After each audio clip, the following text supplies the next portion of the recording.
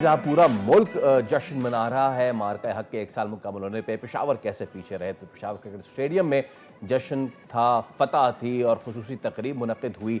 और इस तकरीब में क्या कुछ नहीं था, बैंड परफॉर्मेंसेस, सिंगर्स थे और बहुत ही ज़बरदस्त रहा। It was a beautiful event. थोड़ी सी झलकी आपको दिखाते हैं। बांधे पुल दरियाओं पर, हम आबे रवा सहराओं पर, हम इल्म हुनर, हम तीरों कमा, हम हरकत बरकत अस्करियां।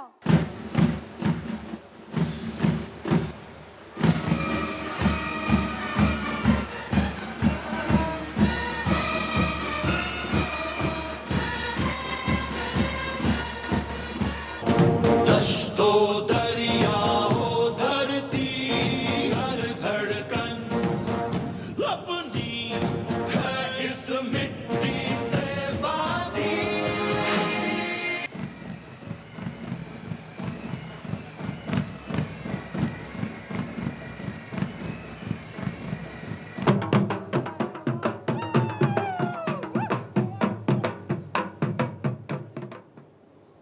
हमारे साथ मौजूद हैं इस तमाम तर मामले पे बात करने के लिए ज़ाहिर शाह शिराजी, आप सीनियर तज़्ज़िकार हैं। ज़ाहिर भाई अस्सलाम वालेकुम, बहुत शुक्रिया। मुझे अच्छी तरह याद है साल पहले जब हम बात कर रहे थे और मैंने आपसे ये पूछा था कि जो हमारा बॉर्डर है, ईस्टर्न बॉर्डर, वहाँ पे सारी ठूठा कर रहा है भारत, आप लोग की तरफ नहीं आया। तो आपने जवाब दिया था कि इधर आए, हम भी तैयार खड़े हुए हैं। वो जोश वाला अभी भी वैसा ही है ज़ाहिर।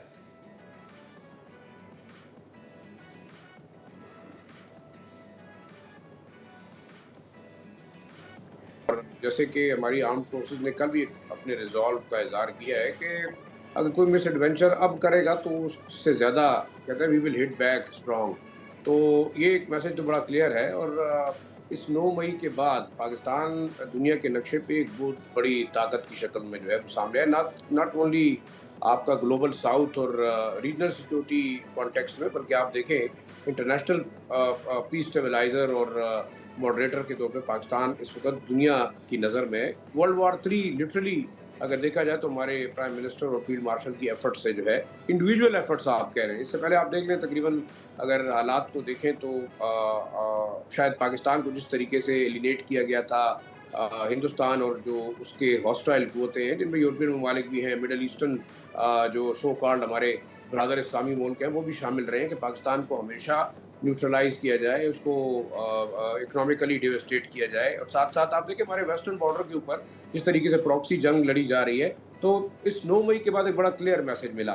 फिर आप देखें कि जो ईरान और इजरायली कॉन्फ्लिक्ट है उसके अंदर पाकिस्तान का रोल देखने के बाद बिल्कुल वाज़ेह तौर पर नजर आया कि पाकिस्तान अब दुनिया के फैसले, किसी ज़माने में कहा जाता है कि पाकिस्तान की हाँ और ना में दुनिया के फैसले होंगे, तो आज आप देख रहे हैं रीज़न एक टर्निंग पॉइंट था जो इंटरनेशनल एक प्लेयर ने कोशिश की कि हिंदुस्तान को इस खिते का एक टाइगर बनाने का जो उनका ख्वाब था, एक इकोनॉमिक जाइंट बनाने का ख्वाब था, एक की आप समझ लें ऑपरेटर का ख्वाब था, वो चकनाचूर हुआ सिर्फ 4 घंटे के अंदर। और ये मेरे ख्याल में हम ये नहीं कह सकते कि एक जंग थी, ये एक पूरी कौम का एक रिजॉल्व था, रेजिलियंस था। आज लोग ईरानी रेजिलियंस की बात करते हैं, ईरान की जो रिस्पांस है उसकी बात करते हैं, लेकिन आप समझ लें कि पाकिस्तान ने जो रिस्पांस दिया था अपने से 8 गुना बड़े मुल्क को, वो मेरे ख्याल में एक रिस्पांस ऐसा था जो दुनिया के अंदर हॉस्टाइल कुव्वतें या जो हेजेमनिक रिजीम्स हैं, इजरायली और अमरीकी और हिंदुस्तानी, उनको रिस्पॉन्ड कैसे किया जाता है, ये पाकिस्तान ने दुनिया को एक सबक सिखाया था। राइट और वो हमें ये ऑब्वियसली बहुत सारी चीज़ों का नॉस्टैल्जिया है, बहुत सारी चीज़ों के बारे में हम बात कर रहे हैं।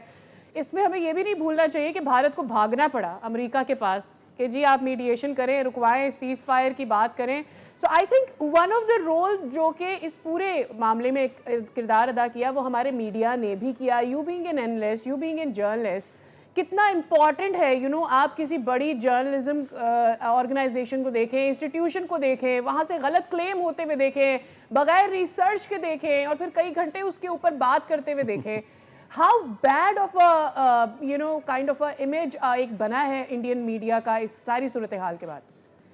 देखिए अगर हमें रियलिस्टिकली देखा जाए तो हम जब आप सब हम लोग जब वी स्टार्टेड मैच्योरिंग तो हमें ये कॉन्सेप्ट दिया जाता है कि इंडियन फिल्में बड़ी अच्छी हैं, बॉलीवुड बहुत अच्छा है। फिर हमें ये एक तासुर दिया गया था when I started media at the age of 18, तो उस ज़माने भी एक कॉन्सेप्ट ये था कि जी हिंदुस्तानी मीडिया हमसे ज़्यादा पढ़ा लिखा है, ज़्यादा एडवांस्ड है। फिर आप देखें हमारे मेडिकल इंजीनियरिंग, आप इवन रिसर्च को देखें तो हमारी ज़्यादातर जो बुक्स थी हम इंडियन ऑथर्स उनकी इस्तेमाल करते, जिसमें तो रियलिटी और एक मिथ था कि शायद ये बड़े पढ़े लिखे लोग हैं, बड़े समझदार हैं। फिर इंडियन मीडिया को बड़ा मैच्योर मीडिया कहा गया। लेकिन आप इस जंग में देखें जिस तरीके से उन्होंने लाहौर में बंदरगाह पे कब्जा किया, जिस तरीके से उन्होंने हमारे चीफ ऑफ आर्मी स्टाफ को जो है ना वो गिरफ्तार किया, फिर जो है तमाम की तमाम हमारे कराची के पोर्ट्स और जितने थे वो तबाह हुए। लेकिन आपने 15 मिनट के अंदर देखा हुआ क्या। अब ये एक शायद आज दुनिया खुद मान रही है कि इंडियन जो मीडिया, गोदी मीडिया है, इट वाज सो कंट्रोल्ड कि आप उसके थ्रू एक प्रोपेगेंडा वॉरफेयर और हाइब्रिड वॉरफेयर लॉन्च कर रहे थे कि शायद हम मीडिया के ऊपर जंग जीत के साइकोलॉजिकली पाकिस्तान को जो है ना वो न्यूट्रलाइज करेंगे। लेकिन आपने देखा कि ये ना 65 था ना 71 था, ये 2025 की जंग थी, जिसमें आप सिर्फ मिसाइल, ड्रोन्स और राफेल से जंग नहीं लड़ रहे थे, आप रिजॉल्व से लड़ रहे थे, आप इलेक्ट्रॉनिक्स से लड़ रहे थे, आप एआई से जंग लड़ रहे थे। और मेरे ख्याल में आज दुनिया को पता चल गया है कि पाकिस्तान और पाकिस्तान की आर्म्ड फोर्सेस किस लेवल तक वो जो है कंपेटेबल है टू एनी इंटरनेशनल पावर। आज पाकिस्तान दुनिया को सिक्योरिटी प्रोवाइडर है। आज हम J-17 थंडर दे रहे हैं, हम J-10 दे रहे हैं। हम इसके साथ साथ कल आप देखेंगे कि एक यानी स्पेस टेक्नोलॉजी के हिसाब से हमारा कहाँ तक चले गए। लेकिन अब हिंदुस्तान, मैं ये समझता हूँ कि जो मिथ थी इंडियन मीडिया की भी और इंडियन हेजेमनी की भी, वो 9 मई को हमने तोड़ी। ये एक बहुत बड़ा दुनिया के लिए एक मैसेज है कि पाकिस्तान नाउ मैटर। और आप जो पहले समझते थे कि पाकिस्तान को आपने एज अ टूल इस्तेमाल किया, चाहे वो दहशतगर्दी के खिलाफ जंग थी, वो देखें रिजॉल्व देखें, हमने 50 साल तक एक प्रॉपर जंग लड़ी है। ऑल राइट ज़ाहिर शाह शिराजी, वक्त की कमी है, बट जो आपने बात की सबसे important, Pakistan now matter. So much for your time. Subscribe करें और बेल दबाएं ताकि कोई खबर रह न जाए।